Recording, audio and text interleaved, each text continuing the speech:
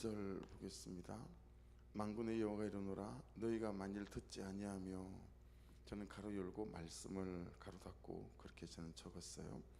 마음에 두지 아니하며, 두 번째 그것도 역시 말씀을, 내 이름을 영화롭게 하지 아니하면 내가 너에게 저주를 내려 너희의 복을 저주하리라. 내가 이미 저주하였나니 이는 너희가 그것을 마음에 두지 아니하였음이라.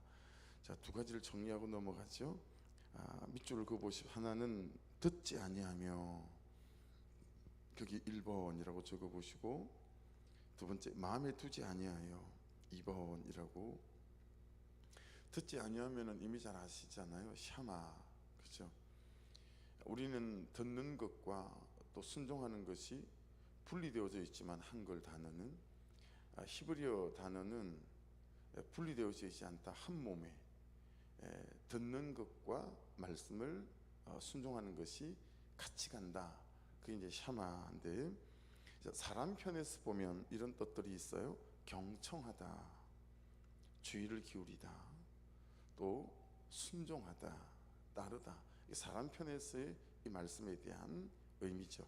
하나님 편에서는 샤마는 어떤 의미가 있냐면, 기도에 응답하다, 듣다, 이런 뜻이에요. 사람 편에서 하나님 편에서의 의미가 약간은 다를 수 있지만, 그죠? 그러니까 여러분, 그런 거예요. 가장 사람다운 삶, 가장 아름다운 삶, 가장 행복한 삶의 충분 조건, 그게 뭐냐면 하나님의 말씀을 듣는 거다라고 하는 거예요. 지어지기를 우리가 그렇게 지어졌어요. 그래서 창세기 1장 26절부터 28절 말씀에 보면 세 번 반복되는 단어가 있습니다. 형상이라는 단어죠. 하나님이 이르시되 우리의 형상을 따라 우리의 모양대로 우리가 사람을 만들고 그들로 바다의 물고기와 하늘의 새와 가축과 온 땅과 땅에 기는 모든 것을 다스리게 하자 하시고, 27절 하나님이 자기 형상 곧 하나님의 형상대로 사람을 창조하시되 남자와 여자를 창조하시고, 28절 하나님이 그들에게 복을 주시며 하나님이 그들에게 이르시되, 5가지가 나오잖아요. 생육하고 번성하여 땅에 충만하라, 땅을 정복하라, 바다의 물고기와 하늘의 새와 땅에 움직이는 모든 생물을 다스리라 하시니라. 그러니까 여러분, 사람다운 삶의 가장 행복한 삶의 충분 조건, 그게 하나님의 형상을 따라 지음을 받아서 하나님의 형상을 따라 사는 거거든요. 근데 이 형상이 첼렘이라는 것도 익숙하시잖아요. 이건 모양의 복제가 아니라 뭐였죠? 이 형상 첼렘은 요한복음 말씀에 가면 가장 잘 해석하고 있는 말씀이 있어요. 요한복음 10장 27절이죠. 내 양은, 27절입니다. 내 양은 내 음성을 들으며 나는 그들을 알며 그들은 나를 따르느니라. 이 안에 형상 첼렘에 대한 단어가 다 들어있고요. 그리고 말씀을 듣는다라는 의미도 이 안에 다 들어있어요. 우리가 영적, 지적, 도덕적으로 하나님을 닮아서 하나님과 교제할 수 있는, 하나님과 관계적 존재로 지으심을 입었다라고 하는 것이 형상으로 창조되어졌다라는 뜻이거든요. 하나님 그분하고 관계적 존재로 지어졌어요. 근데 창세기 3장의 아담의 죄로 말미암아 이 관계적 존재의 이 관계가 끊어지고 단절되어진 것 아니겠습니까? 그래서 이 듣다, 듣지 아니하며 샤마가 기도와 연결이 되어지게 되면, 예레미야 11장 우리가 잘 아는 10절 말씀이요, 그들이 내 말 듣기를 거절한 자기들의 선조의 제약으로 돌아가서 다른 신들을 따라 섬겼은즉 이스라엘 집과 유다 집이 내가 그들의 조상들과 맺은 언약을 깨뜨렸도다. 11절 그러므로 나 여호와가 이와 같이 말하노라. 보라, 내가 재앙을 그들에게 내리리니 그들이 피할 수 없을 것이라. 그들이 내게 부르짖을지라도 내가 듣지 아니할 것인즉. 근데 반대로 이런 말씀도 우리가 잘 아는 마태복음 7장 7절 말씀이 있죠.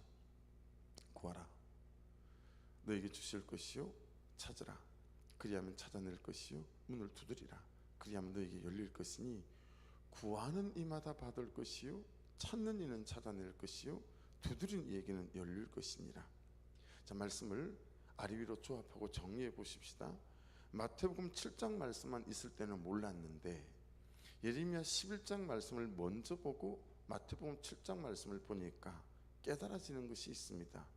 기도보다 더 정확히 말하면 기도 중에 먼저 해야 하는 기도가 있고 기도 전에 먼저 살아야 하는 삶이 있다는 것을 알 수 있어요. 기도 중에 먼저 해야 되는 기도는 뭘까요? 회개하는 기도죠. 기도하기 전에 먼저 해야 하는 것은 돌이키는 삶, 순종하는 삶이 먼저다라고 하는 것입니다. 그래서 여러분, 기도는 말로 하는 것이 아니고 마음으로 하는 것이지만 말로만 하는 것이 아니요 기도는 삶으로 하는 것이다 라고 하는 것을 알 수 있어요. 이게 너희가 내 말을 듣지 아니하며 라고 하는 말씀에 대한 해석이 될 수 있는 거예요. 그들이 단지 말씀을 듣지 않는 것이 귀로만 듣지 않는 것이 아니라 어떤 거죠? 삶으로 살지 않았다라고 하는 거죠. 그러니까 그런 의미 안에서 이게 전부 다 기도와 연결이 되어지고 그리고 하나님 그분과의 사귐, 관계적 존재 안에 지어지기를 그렇게 지어져서 그렇게 살아가는 것이 가장 우리의 행복한 삶의 충분히 조건이 됨에도 불구하고 우리가 그러지 않는다라고 하는 거죠. 자, 마음에 두지 아니하며도 우리가 해석을 해보십시다. 마음은 주로 레브 아니면 레바버잖아요. 오늘 본문의 마음은 레브입니다. 자, 네 가지 자리가 있는 것으로 성경은 말씀하시거든요. 레브, 마음에는 네 가지 자리가 있어요. 첫 번째가 뭐였죠? 마음은 감정의 자리로 말씀하십니다. 예, 감정의 자리. 이 마음은 감정의 자리다라고 하는 거죠. 너는 마음을 다하고 성품을 다하고 힘을 다하여 내 하나님 여호와를 사랑하라 할 때 여러분, 이 마음을 다하고는 정확한 해석은 감정을 다하고입니다. 너는 감정을 다해서 성품을 다해서 하나님을 섬겨야 된다. 그래서 즐거운 마음 그리고 떨리는 마음, 설레이는 마음을 말하는 것이죠. 근데 이런 의미도 있어요. 되게 겁내는 마음, 이런 것도 있습니다. 그러니 여러분, 지금 마음에 두지 아니하며 이것은 하나님을 대하는 나의 감정이 죽어버렸다라고 하는 것입니다. 기뻐하지도 않고 설레이지도 않고 감사가 되지도 않고, 그러니까 우리가 회복되어야 될 하나님에 대한 첫 번째 마음은 나의 어떤 불순종 또 대단한 어떤 태도 이런 게 아니라 하나님에 대한 나의 감정이 회복되어져야 된다라는 거예요. 하나님에 대한 나의 감정. 아시죠? 우리가 다 사랑을 해봤잖아요. 다 연애를 해봤잖아요. 누구 때문에 설레이는 마음을 가져본 적이 있잖아요. 그렇죠? 설레이고 기쁘고 보고 싶고 또 만나고 싶고 같이 있고 싶고 같이 살고 싶고 손을 잡고 싶고, 그렇죠? 이 감정이 먼저 회복되어져야 된다라고 하는 것입니다. 그래서 여러분, 어떤 삶에 대한 불순종을 돌이키고 하는 것은 두 번째, 세 번째 문제고, 하나님 그분이 좋아서야 되겠다. 참 설레이는 마음들이 회복되어서야 되겠다라고 하는 것이 회복되어서야 될 우리의 마음의 첫 번째인 거예요. 그러니 여러분, 여기에 바구니가 있는데 말씀이 떨어지고 그분의 은혜와 성령의 감동이 떨어져도 어떤 사람은 이 마음의 바구니에 그런 감동과 말씀을 잘 담아두는 거예요. 근데 어떤 사람의 마음에는 그 말씀과 감동들이 담겨질 바구니 자체가 없는 거예요. 왜냐하면 감정이 그렇지가 않은 거예요. 그러니 여러분, 사라지고 안 사라지고는 두 번째 문제고, 참 하나님 그분에 대한 감정, 이 감격, 이 마음들이 먼저 회복되어져야 되겠다라고 하는 거죠. 두 번째, 여러분, 마음에 두지 아니하며 레브의 두 번째 자리는 지식과 지혜 자리로 간주되는 거예요. 지식과 지혜 자리가 이 마음이다라는 것입니다. 그래서 지금 마음에 두지 아니하며라고 하는 것은 내 판단, 내 결정, 선택의 기준이 되는 내 지식이 있잖아요. 여러분 다 지식에 따라서 움직이는 것 아니겠어요? 그러니까 하나님의 말씀과 아무 관계없이 내 견해와 세상이 고함치는 소리대로 하더라, 살더라 라고 하는 거죠. 구성전 와서 저희가 교회 이름을 지을 때 우리가 상금을 걸고 막 했었잖아요. 근데 그때 우리 막내딸이 나이가 초등학생 정도, 6학년 정도 됐나요? 더 어렸나요? 전 모르겠네요. 중학생이었나요? 근데 걔가 뭐라고 냈냐면 교회 이름을 신호등 교회로 합시다 그러고 냈었어요. 신호등 교회. 이게 의미가 뭐니? 그랬더니 빨간 신호등이면 안 가고 파란 신호등이면 가는 것처럼 교회가 말씀대로 가고 수고하는 교회였으면 좋겠다라고 적어서 냈어요. 그러니까 여러분 상당히 좀 큐티하는 교회 목사 딸 같지 않습니까? 그죠? 예. 말씀하면 가고 신호등 교회로 해야 된다. 뭐 똑 떨어졌지만 예. 여러분 그러니까 지식이 그걸 결정한다라는 거죠. 지식이 내 판단과 내 기준. 그러니 말씀을 읽고 묵상하는 것들은 굉장히 중요하죠. 그것이 우리의 기준이 되어져야 된다. 세 번째는 마음은 양심과 도덕적인 특성의 자리다 그래요. 양심과 도덕적 특성의 자리다. 이게 여러분 제가 만들어낸 것이 아니고 원어적 해석입니다. 원어적 해석을 말씀드리고 있는 거예요. 그래서 다윗은 정직한 마음으로 행했고 히스기야는 특징이 있어요. 히스기야는 전심으로 행했다. 이렇게 히스기야는 표현하거든요. 그러니까 히스기야의 마음의 양심과 도덕적 특성의 자리는 뭐냐면 하나님에 대한 전심이 있는 거예요. 그가 어떻게 기도했는지 우리가 아시잖아요. 다윗은 항상 말씀에 대하여 정직히 행하는 사람. 예. 그래서 시편 24편 3절에서 5절 여호와의 산에 오를 자가 누구며 그의 거룩한 곳에 설 자가 누구인가? 그 손이 깨끗하며 마음이 청결하며 뜻을 허탄한 데 두지 아니하며 거짓 맹세하지 아니하는 자로다. 그는 여호와께 복을 받고 구원의 하나님께 의를 얻으리니. 그래서 여러분 그 하나님에 대한 전심, 일심, 중심, 진심 이런 것을 말하는 거죠. 회복되어야 될 우리의 마음 내부이죠. 네 번째 마지막은 반항과 교만의 자리.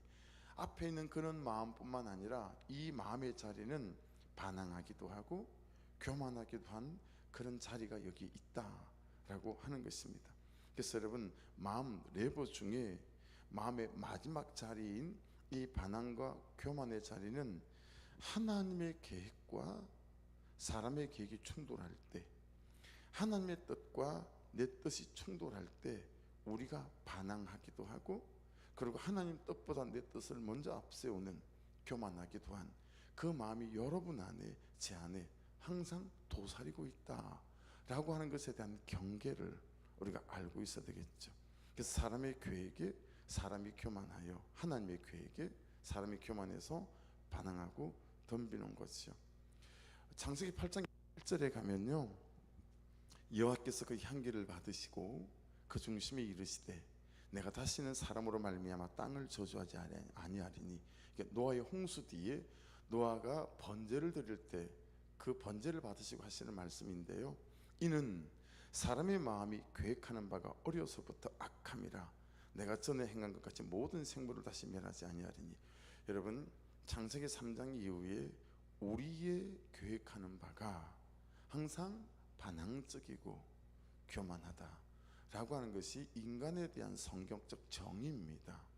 그러니 우리가 뭘 잘하기 위해서가 아니라 이 반항과 교만이 날마다 자라올라요. 날마다 자라올라요. 여러분 한겨울에 뭐가 안 자랄 것 같잖아요. 이제 가을에 보리 추수를 하고 시골에 제가 자라면 보리를 다 자르거나 논에 이제 가을 추수가 다 끝나잖아요. 그런데도 거기에 막 다시 새순이 올라와요. 그리고 막 자라거든요. 그러니까 이 마음에는 항상 반항의 싹이 자라고 교만의 싹이 자라요. 이걸 여러분 뿌리째 캐내버리면 좋겠으나 우리 죄의 본성은 뿌리째 캐내지가 않죠. 그래서 항상 말씀으로 다스려야 하고 은혜로 다스려야 하고 성령의 충만함으로 다스리지 않으면 이 반항과 교만, 내 자리인 우리의 마음 안에 있는 이 반항과 교만을 다스릴 길이 없는 거죠. 대단한 무엇을 해서가 아니라 여기 있는 반항과 교만이 자라지 못하기 위해서라도 우리는 참 영적인 전쟁과 전투 중에 기도의 자리와 말씀의 자리를 떠날 수 없다라고 하는 것이 우리의 처지예요. 예. 그러니 뭔 기도 제목이 있어서 기도하는 것과 이 반항과 교만이 항상 싹트고 움트는 가지를 치고 나무로 자라오르고 열매를 맺어가는 이 마음을 위해서라도 우리가 기도하는 자리와 성령의 은혜를 구하는 자리에 앉아 있음이 옳다라고 하는 것을 알 수 있습니다. 3절 위에 저의 소제목, 말씀을 듣지 않고 말씀을 마음에 두지 않을 때 주시는 저주, 이게 3절 위에 저의 소제목이에요. 그래서 여러분 3절, 보라 내가 너희의 자손을 꾸짖을 것이요 또 얹고 너희의 절개 희생의 똥을 너희 얼굴에 바를 것이라 너희가 그것과 함께 자여 버림을 당하리라. 4절, 만군의 여호와가 이르노라 내가 이 명령을 너희에게 내린 것은 레위와 세운 나의 언약이 항상 있게 하리 함인 줄을 너희가 알리라. 5절, 레위와 세운 나의 언약은, 여러분 레위와 세운 나의 언약은 레위기 전체를 보시면 돼요. 레위기 전체. 그래서 여러분 우리 이제 신학교에 있으면 교수님들이 독일에서 미국에서 박사학위를 받아오시잖아요. 근데 그분의 박사학위는 예레미야에서 예레미야 몇 장 한 절에 대한 박사학위가 대부분이에요. 그래서 의외로 박사학위를 받고 오신 분들임에도 불구하고 성경적인 지식과 깊이가 라고 생각될 만한 거기 한 부분에 되게 집중되어져 있거든요. 그러니까 되게 자부심이 있어요. 자기가 연구한 그 성경 66권 중에서 한 권, 어느 장, 한 절에 대한 대단한 자부심이 있어요. 그거 하나 가지고 박사학위 받으려고 5년, 6년, 7년을 고생을 했기 때문에 그렇거든요. 그런데 여러분, 그런 분들이 신약자이든 구약학자이든 관계없이 모든 성경학자들을 모아놓고 만일에 66권 중에 성경 한 권을 남긴다면 무엇을 남겨야 될까요? 이의가 없어요. 전부 다 레위기서라고 말합니다. 66권 중에 한 권을 남기면 우리가 읽을 때 그 재미없어 하는 레위기가 있습니다. 여러분 레위기의 이름을 다른 식으로 바꿔 부르는 제 방식을 혹시 기억하시고 계십니까? 레위기를 제가 어떻게 부르죠? 5제사 7절기. 레위기는 5개의 제사와 7개의 절기로 이루어져 있죠. 5개의 제사는 뭐예요?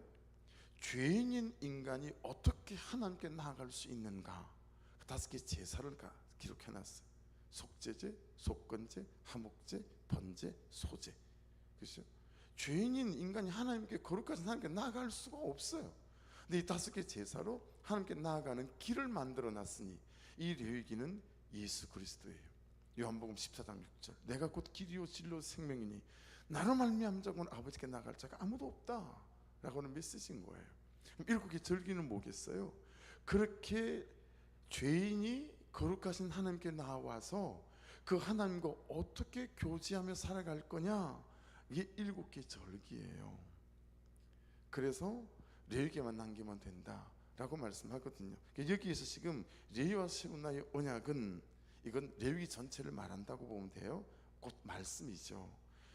첫 번째가 뭐예요? 생명과, 두 번째는 뭐예요? 평강의 언약이라 그랬어요.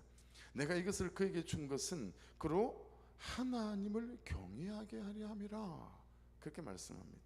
자, 하나님을 신앙하는 날개는 몇 개죠? 2개예요. 하나님을 신앙하는 우리의 신앙의 날개는 2개예요. 하나는 뭐예요? 사랑이죠. 또 하나는 뭐예요? 두려워하는 거. 이게 야레, 하나님을 경외한다라는 단어의 뜻입니다. 한쪽 날개는 사랑하는 것이고 한쪽 날개는 두려워하는 것이죠. 이것을 하나님을 경외한다, 야레의 뜻이라고 말씀을 드린 적이 많잖아요. 우리가 하나님을 신앙하면서 날지 못하고 무거워요. 신앙생활 목사님 너무 무거워요, 너무 힘들어요, 너무 수고가 많아요 라고 느끼는 이유는 2 날개로 날지 않고 한 날개로 날기 때문에 그래요. 한 날개로 퍼득거리니 신앙생활이 너무 무거운 거예요. 너무 재미가 없는 거예요. 근데 여러분 2 날개로 날잖아요. 그럼 내가 날아요. 가벼워요. 정말 수고하고 무거운 짐지자들아 다 내게로 오라, 내가 너를 쉬게 하리라. 이 마태복음 11장 28절 말씀이 그냥 내게 정말 삶이 되어져요. 2 날개로 날지 않고 많은 그리스도인들이 한 날개로 퍼덕이더라. 이 하나님을 사랑하는 것과 하나님을 두려워하는 것이 함께 있어야 되는데 사랑하기만 해요. 사랑 사랑 사랑. 그러니 하나님을 두려워할 줄 모르니 그분의 말씀과 그분의 감동들에 대해서 그냥 아무렇지도 않은 거예요. 그러니 실제적으로 하나님의 역사들을 경험하지 못하니까 무거운 거예요. 근데 그분을 사랑하기도 하고 그분의 말씀에 대하여 존중하고 귀히 여기고 말씀을 따라가는 순종이 있는 두려움이 있으면 우리의 삶에 살아계신 하나님이 실제가 되어지고 사실되어지는 은혜가 있게 될 줄로 믿습니다. 그러면 쉬워져요. 그러면 가벼워요. 재미가 있어요. 날아갈 수 있는 거죠. 여러분, 우리의 신앙이 두 날개로 날릴 수 있기를 주의 이름으로 축복합니다. 하나님의 말씀이 사랑이어야 하고 하나님의 말씀이 또한 하나님을 경외하는 마음을 지키는 것이어야 되겠다라고 하는 것입니다. 그때 나의 신앙이 날게 됩니다. 두 날개로. 예. 걷는 것과 나는 것이 너무 다르잖아요. 예. 전체가 보여요. 날면 삶의 전체가 보여요. 죽음 이후에 대한 그 그림들이 그려지고 그리고 내 삶의 전체가 조망되어져서 맨날 이 옆만 보고 막 했던 삶이 내 인생의 전체 그림이 보여지고 그리고 내 인생 전체에 대한 하나님의 그분의 약속과 계획이 보여지며 조급해지지 않고 그냥 오늘이란 한 걸음을 다급하지 않게 믿음 안에서 또 한 걸음을 내딛게 되어지는 은혜가 있게 되어지죠. 6절 보시면 그 입에는 진리의 법이 있고 그 입술에는 불의함이 없으며 그가 화평함과 정직함으로 나와 동행하며 많은 사람을 돌이켜 죄악에서 떠나게 하였느니라. 맞죠? 그렇죠? 두 날개로 날게 되니까 많은 사람을 돌이켜 죄악에서 떠나게 했다는 거 아니겠어요? 살아나는 사람이, 그죠? 살리는 사람이 되는 거. 여러분, 그러니까요, 살아나서 살리는 사람, 우리가 구성전에 딱 그려놨던 캐치프레이즈잖아요. 살아나서 살리는 사람이 되자. 최고의 전도는 여러분 삶입니다. 최고의 전도는 삶입니다. 살아나서 살리는 삶. 어느덧 내 뒤에 줄을 서는 사람이 생기는 거죠. 어느덧 내 뒤에 줄을 서고 따라오는 사람들이 생기는 거죠. 할렐루야. 여러분, 어느덧 여러분의 뒤에 줄을 서서 여러분을 따라오는 이 두 날개로 날아가는 놀라운 삶이 될 수 있기를 주의 이름으로 축복합니다. 그래서 여러분, 기도할 때 하나님, 우리 소망의 교회가 줄을 서서 들어오는 교회가 되게 도와주십시오. 웨이팅하는 교회가 되게 도와주십시오. 할렐루야. 이는 기도도 한답니다.